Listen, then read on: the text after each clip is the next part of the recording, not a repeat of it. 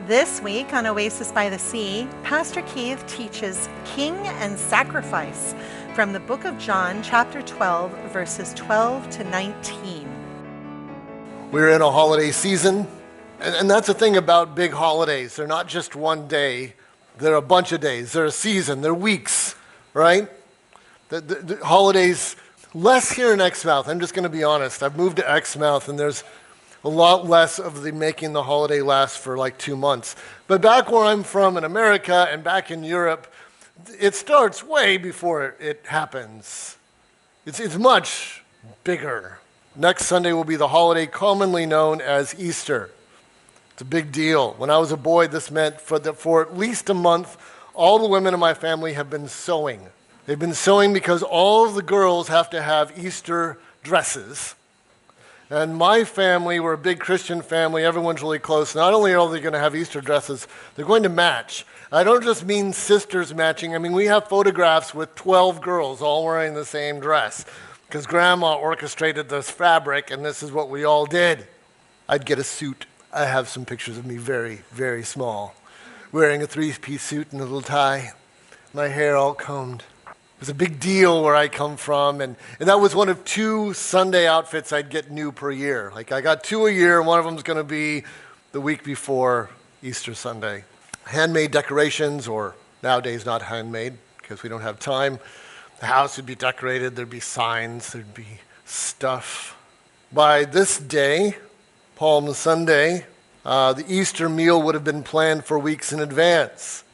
The planning and the organizing and the assigning of everyone and what they would bring if you were in a big family, because everyone would have to bring this thing. And then if you didn't, then you were in trouble, and you were famous for things. And while Exmouth isn't quite like that, there have been chocolate bunnies in the IGA for at least a month. There are signs of the season despite our lack of relative enthusiasm in general.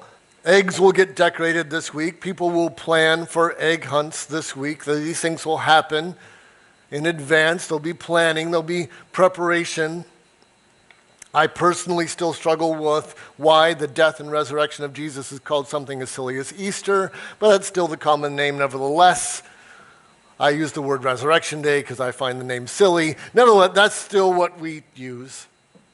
Why am I describing all this? You see, we understand this Easter time period, and it's become history to us. It's thousands of years old. What we don't know is that was built on an equally complex, equally long, equally nuanced, different holiday called Passover. And Passover, just like for us, Easter or Christmas lasts for a long, long time before it happens. Passover was the same way. It was prepared for long in advance, and there were many other events that happened during the week other than just the Passover day.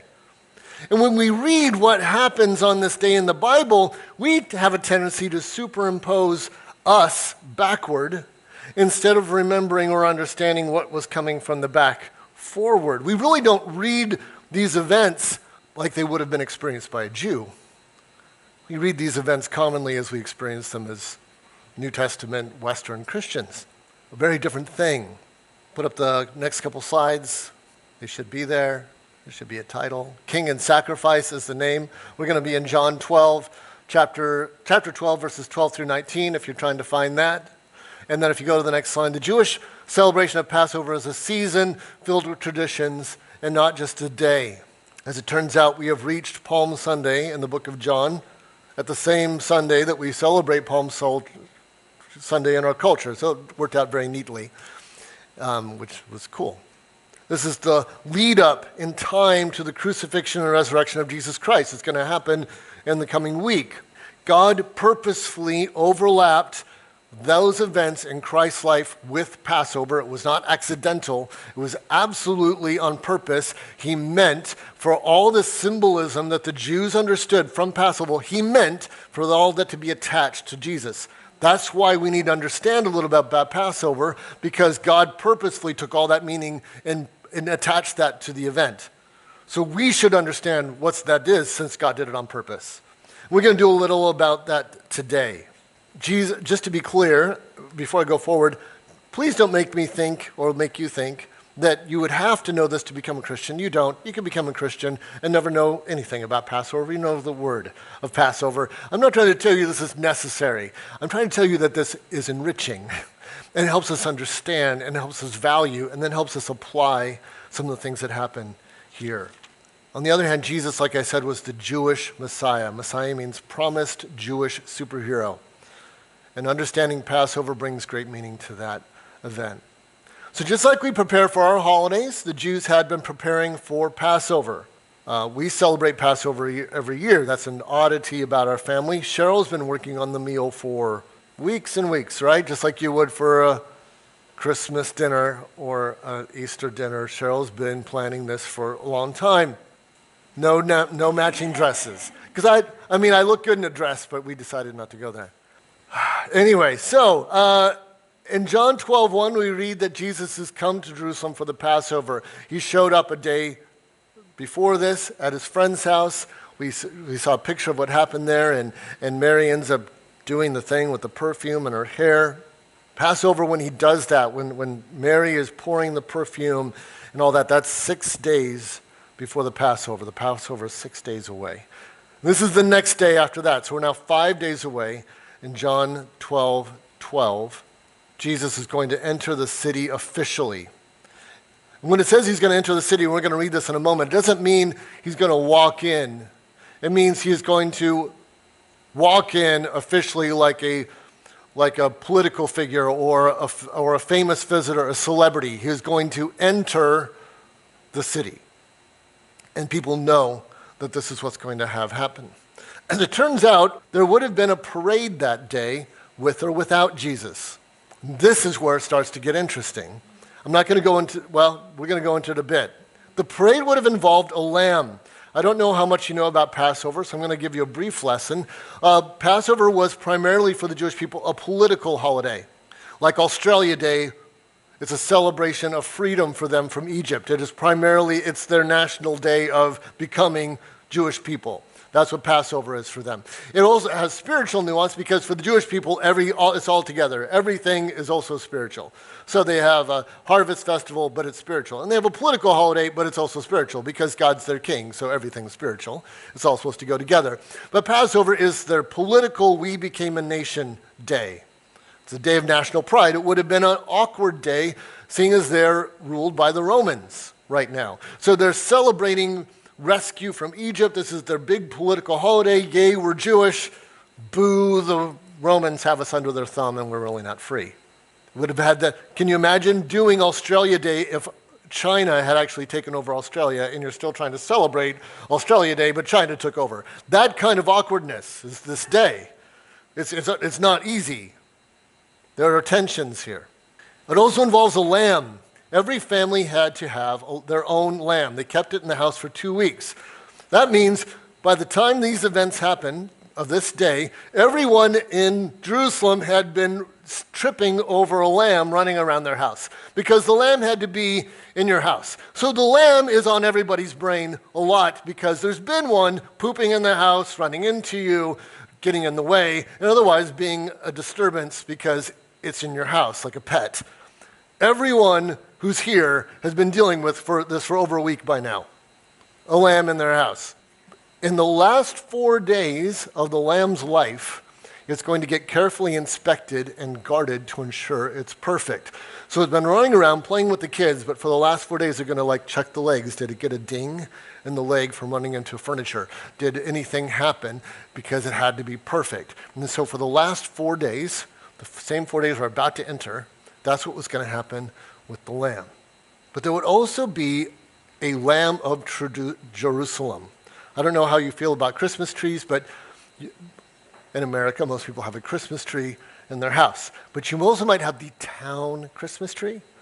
In America, we have the national Christmas tree. There's a lighting of the national Christmas tree. It's on TV. If you care about things like that, you can watch the lighting of the national Christmas tree. So you can have your own, and you can have a symbolic one. So there was a national lamb. Everyone had to have their own, but then there was the national lamb, the Lamb of Jerusalem. And today, the parade is to bring the lamb in. Today, the lamb is going to be brought into the temple. And then for the next 4 days, it will be examined in the temple to be perfect. And then the day after that, it's going to get killed. That's the parade that's happening today, with or without Jesus. That makes a difference in how we view this event and how we understand this event. So this lamb would be carried into Jerusalem 5 days before the sacrifice. And Jesus joins this procession, and this is where we pick up in John 12. So let's read from John 12, verse 12 through 19. On the next day, the great multitude who had come to the feast when they heard that Jesus was coming to Jerusalem took the branches of the palm trees and went out to meet him and began to cry out, "Hosanna, blessed is he who comes in the name of the Lord, even the King of Israel." And Jesus, finding a young donkey, sat on it, as it is written, "Fear not, daughter of Zion, behold your king is coming, seated on a donkey's colt." These things his disciples did not understand at first, but when Jesus was glorified, then they remembered that these things were written of him, and that they had done these things to him. And so the multitude who were with him when he called Lazarus out of the tomb and raised him from the dead were bearing him witness. For this cause also the multitude went and met him, because they had heard they had performed this sign. The Pharisees therefore said to one another, "You see that you're not doing any good? Look, the world has gone after him." They're blaming each other. You see that? You're not doing any good. Like, well, you're not either. In and of itself, the scene isn't overly complex. We don't have some teaching from Jesus that we need to unravel. The events are pretty straightforward. Let's just break it down. Within the last few months, Jesus has raised his friend Lazarus from the dead. It was a big deal with lots of witnesses. Lazarus had been certified dead, had been in a tomb for 4 days. Jesus is experiencing a surge of popularity in the capital because of that moment. Jesus enters the city riding on a donkey, colt. Some of the accounts give more details, but for today we're just focusing on what we see in this one, because we want to get what John's trying to say. But there's wonderful things to talk about that colt. The donkey fulfills a prophecy from Zechariah 9:9 that said that the king would come in on the colt, the foal of a donkey. My guess is that he's following the official lamb, perhaps at some distance. I obviously don't know that for sure. That is a guess. That is just how I envision it. You envision it any way you want. But I envision him coming in at some distance so that he's not interfering and getting in trouble for messing with whatever officially is happening with the lamb. That's how I envision this. What we do know for sure is that the Jesus fans are out in force. The Jesus fans know that he's coming. They know he's coming today. You know he's coming here. They're prepped for it. They are ready. They got the palm branches, and they are psyched for Jesus to come in to the city. We know this. Verse 17 describes the crowd that came to see him because they were direct witnesses. Verse 18 describes the extra crowd that came up because of what they heard the first crowd say over the last few months. So the first crowd went home and said, "You won't believe this? Lazarus got up from the dead, blah, blah, blah. No, you're joking. No, I'm not joking." And then they've had a month to discuss this. And now like, okay, look, he's coming now. You got to come see him. And so we've got the crowd that was the witnesses, and then maybe even way more people who are coming like, okay, who's this guy? They're curious. They're singing Psalm 18, 118 rather. Psalm 118. This is extremely appropriate, and I'll explain why later. This is a very normal thing to have happened right now, that they would be singing Psalm 118, and I'll explain why as we go. So there's several categories of people. I guess there would be some people who might be mingling there. There would have been the procession of the Lamb. They're there for that. They don't really care about Jesus. Then you've got the people who saw Jesus with Lazarus. They're really excited. And then you've got the people who they told that are there also. Overall, I suspect that the pageantry and excitement was contagious. I suspect that there were people chanting and cheering just because other people were chanting and cheering, because this is what crowds and mobs do. Someone starts chanting and everyone else starts chanting, and then it's just fun to chant, and then you're saying stuff and yelling and screaming, and it's contagious. The Pharisees, the civil authorities who hated Jesus and definitely wanted to kill him, are worried. They are really worried. Right now, it must feel as if the entire city wants to crown Jesus king. Right now, they must feel scared and defeated. Right this moment, the crowd loves him, and there's nothing that they can do. At this exact moment, I imagine any Pharisee in the place is like, well, we've lost. It's over. They're going to make him king, and this is the way it's going to be. That's what's going on physically in the passage, but there's a whole lot more going on symbolically. Next slide. The Passover lamb was a prophecy of Jesus. There's a lot going on here that's all about Jesus. Everything about the Passover lamb that had been carried in is about Jesus, and we need to look at that and understand it. Jesus had entered the city with the ceremonial lamb. You know where the ceremonial lamb was birthed? Bethlehem.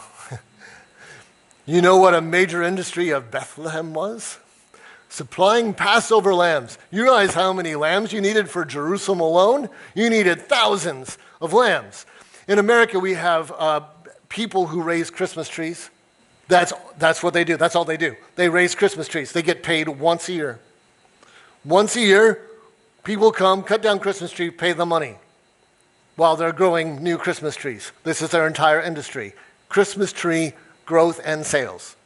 A huge amount of Bethlehem economy was Passover lamb growth and sales. Required planning. You had to get those lambs born at the right time so they'd be the right age when it came time for Passover. They had to be looking good. They had to be very well taken care of. Nobody wanted to get one with a blemish, so you needed thousands of perfect lambs. This is a lot of work. This is a very specific, careful, planned industry that took a lot of effort. And the main industry that supplied it for Jerusalem was Bethlehem, where Jesus was born. These people who raised the lamb today that walk through the streets are the sons and grandsons of the men who had told the mysterious story of a baby born in a stable and announced by a host of angels. These are the descendants. These are the children and grandchildren. They know that Grandpa said this weird story once. We don't know what to think of it. The lamb and Jesus will spend the next 4 days being examined and tested at the temple to assure that there is no fault or blemish. And after that, they will both die. This lamb is a reminder of the lamb's sacrifice during the trials of Egypt. In fact, the last trial of Egypt, if you know that there were 10 plagues. The final proof of God's power to Pharaoh that we can read about in the book of Exodus, chapter 12, if you wished to. The instructions then was that the lamb would live with the family and then be killed. The blood of the lamb would be put on the doorposts, one dab on the left, one dab on the right, and one straight above, like that. And then the family ate the lamb. So the family killed the lamb, applied its blood, and ate it. And when judgment came, it killed every firstborn that was not protected by the blood of the lamb. This is what Jesus did for us. He lived with us and among us so that we would learn to love him. Then we, mankind, killed him. His blood is then applied to those who receive him. And like the families had to eat their lamb, we must partake of who he is. He must become a part of us. The symbolism leaves no gaps. It is absolutely, neatly complete. When final judgment comes, only his blood will protect us. Jesus is king and sacrifice.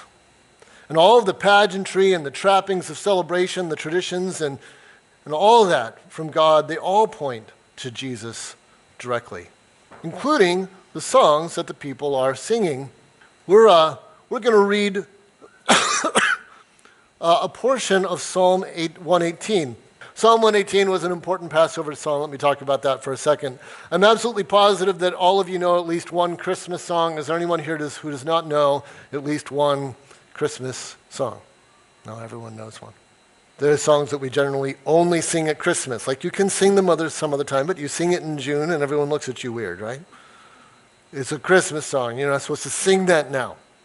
You sing it at Christmas time. All right. We have Easter songs that are traditionally sung then. It's a little more normal to sing those some other time than Easter. This isn't a new thing. Having songs that go with a particular celebration is not new. Passover is no different. The oldest Passover song tradition is called the Hallel. Okay, so it's a group of psalms. The Hallel is from Psalm 113 to Psalm 118. It's a group of psalms. It's 5 of them. And these 5 songs are the traditional Passover songs. That's the Passover section of the Psalms.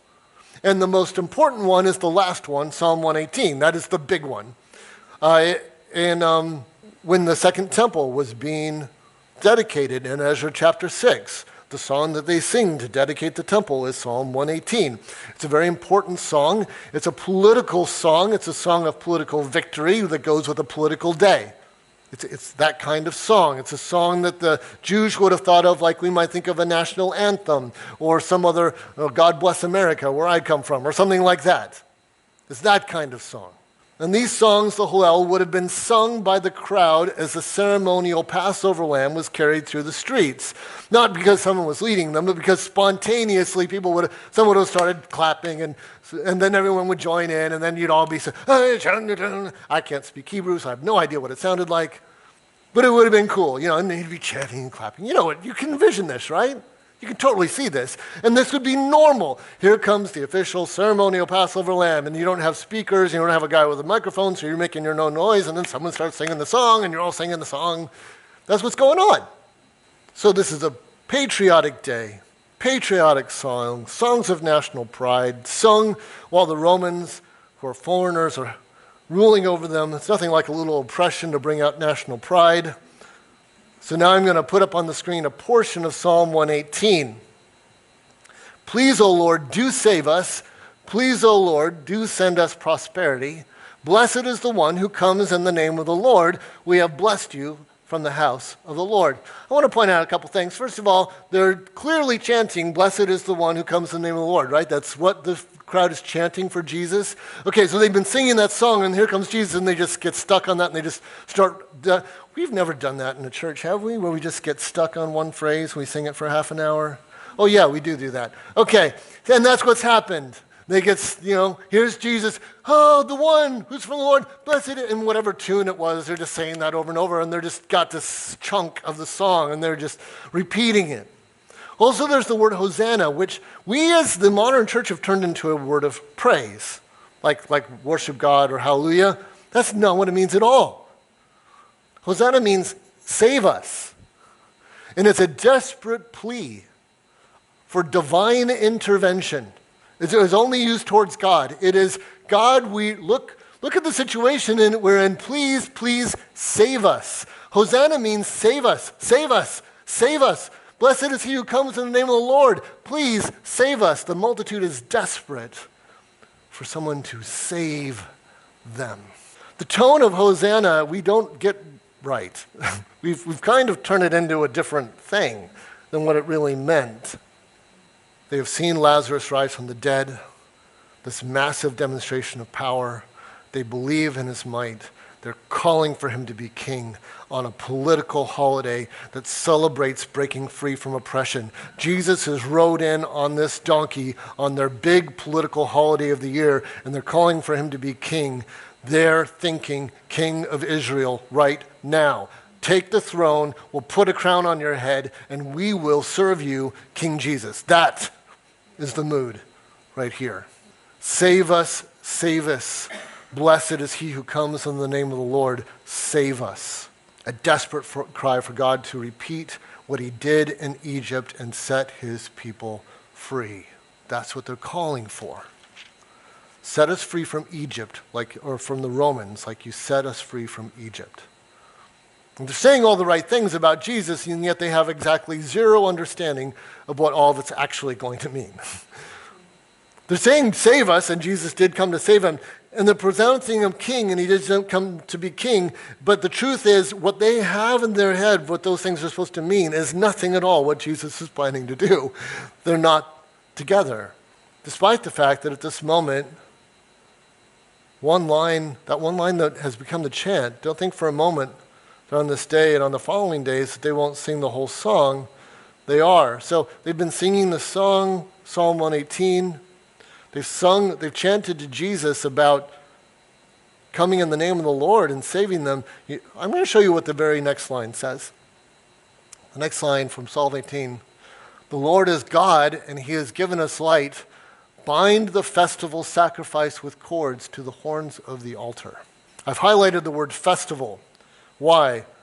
Well, that's one of the reasons it's a Passover song.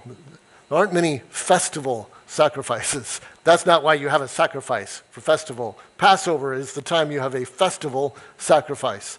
That's what it's called. Other times it's a sin offering or it's the Day of Atonement. That's not a festival sacrifice. This is the Passover lamb only. When the ceremonial Passover lamb was carried through the streets, they would have identified that lamb with these words in the song. That's part of the song. And we're going to bind the festival sacrifice to the altar, and there's the lamb, and they see the sacrifice, and they're like, yep, that's it. That's going to go down. Woo! This is part of the thing. Bind the festival sacrifice to the altar. They had sung those words before. They would sing them again, and they had no idea that those words also applied to the hero sitting on that donkey. And the slightest idea that those words applied to him. That he would be bound to an altar formed in the shape of a wooden Roman cross. Blood left, right, and top center. And they shouted, "Save us," and he would, but not in a way that they would have ever imagined. And this disconnect, this misunderstanding of what Jesus came to be king of and what he came to save us from, that disconnect remains to this very day. The multitude wanted political rescue by a political king. On this political holiday, the multitude wanted that. Rescue from their physical oppressors by an earthly king. And no doubt they wanted God to be behind that king. No doubt they wanted to see mighty miracles flow from God through this king to deliver his people. They didn't want God to be not part of it. It isn't that they were excluding God from the picture. That's not at all true. They wanted God to work through this king to do the things that they wanted, which was to set their country free. God wasn't absent from their thoughts and dreams, but what they wanted from God was not the same thing as what they needed from God. There was a disconnect between what they wanted from God and what they needed from God. This all goes back to the very first Passover. In fact, I believe the Jewish people to this day may struggle with understanding what the real purpose of the first Passover was. See, in that first Passover, the end result was political freedom from Egypt, and so they associate the Passover with that. But the truth is that the Passover lamb was not killed to save them from Egypt. The Passover lamb was killed to save them from God's judgment. Even without the Passover lamb, even without all the preparations, what God did, the horrible, the terrible destruction that God wrought on that city when every firstborn of everything died, was a judgment of God that one way or the other would have shook Pharaoh down. He would have given up. He would have let them go. That would have happened regardless of whether the Jewish firstborn were saved. The lamb saved the Jewish people from God's judgment. The lamb did not save them from Egypt. That's never what the lamb did. Why would they need to be saved from God? Because judgment was coming. God's judgment would find no one worthy. God's judgment would condemn them. They needed protection from God's judgment. Every firstborn of Israel, if the people had not been protected by the blood of the lamb, would have died, Jewish or not. Didn't matter their heritage. Did not matter who their father or mother was. Did not matter who their descendants was. It doesn't matter who they prayed to yesterday. Without the application of the blood of the lamb, they would have died. You can't enjoy being set free from Egypt if you're dead. God was far more important of an issue to deal with than Pharaoh ever was. You had to deal with God. Jesus is the ultimate Passover lamb. He also came to be king of the kingdom of heaven. And he came to save us not from some small, piddly human problem, but from the problem of the judgment of God. That's what he came to save us from. First, center, and foremost. How does it go? Mark 8:36 says, "What does it profit a man if he should gain the whole world but lose his own soul?" They're crying out for Jesus to be the answer, and he is the answer. And they're crying out for him to be king, and he is king, yet neither one in any way that they hope or expect in that moment. So what about us? Next slide. Who do we want Jesus to be king over? When we say that we want Jesus to be king, what do we mean? Do we mean that we want him to exert his authority over somebody else? King that makes the bad people stop being bad. king that makes the stupid people leave office, whatever that means to you. At that time, it was king, save us from the Romans. Today, is it king, save us from the Liberal Party or the Labor Party or whichever party you don't like? Or save us from the Chinese? Or save us from whatever you fear the most, whatever thing or person or whatever that is that you fear? Is it God save me from that? What do we want to be saved from? Illness, poverty, loneliness? There are lots of legitimate things to put here. I don't blame the children of Israel for wanting to be free from Egypt or Rome. They were both bad deals. They had every right to wanting to be free from Egypt, and they had every right to want to be free from Rome. It was horrible. I don't blame people for wanting to be free from illness or poverty or loneliness either, or any of those other negative words. I don't like them. But first, foremost, absolutely, indisputably, without question, Jesus came to save us from the ultimate, infinite, eternal problem, which is God's judgment for our rebellion. That's the thing. As Jess was talking about, the central hinge. And when we get it turned around into thinking that God needs to be king of someone else so he can save us from something else, and we forget to look this way and remember, God came to be king of me and save me from my mess and his judgment of my mess. That's what he came to do. It all starts here, and it stays here and must rest here. And if I push it out there, well, that's comfortable, but it has nothing to do with what Jesus came to do. Every problem that we have pales in comparison to the one of God is going to judge, and we need the blood of the Lamb to protect us. Salvation is a yes or no question. Has the blood of the Lamb been applied to you or not? Just like when death flew over Egypt, salvation then was a yes or no question as well. There was either blood on the front doorway and the people lived, or there was not and the firstborn died. There was no deliberation. I bet that there were some Egyptians that were nicer people whose firstborn died, and I bet you there are some Jewish people that were not nice at all, but there was blood and they lived. It wasn't a contest of how nice they were. The blood was there or it was not there. There's no sliding scale. We need to ask Jesus to give us that blood. Apply that to me, please, thank you. He offers it to everybody and you just receive that. That's good. And that's the truth. The blood of Jesus is the only solution to the judgment of God. And here's the reaction that we need to who Jesus is. Next slide.